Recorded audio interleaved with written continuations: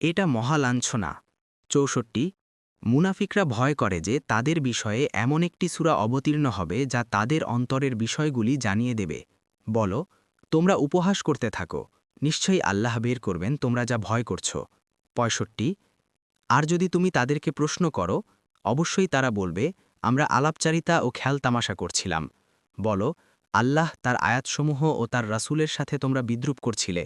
৬৬ তোমরা অজুর পেশ করো না, তোমরা তোমাদের ঈমানের পর অবশ্যই কুফরি করেছ। যদি আমি তোমাদের থেকে একটি দলকে ক্ষমা করে দেই, তবে অপর দলকে আযাব দেব, কারণ তারা হচ্ছে অপরাধী। ৬৭ মুনাফিক পুরুষ ও মুনাফিক নারীরা একে অপরের অংশ, তারা মন্দ কাজের আদেশ দেয় আর ভালো কাজ থেকে নিষেধ করে।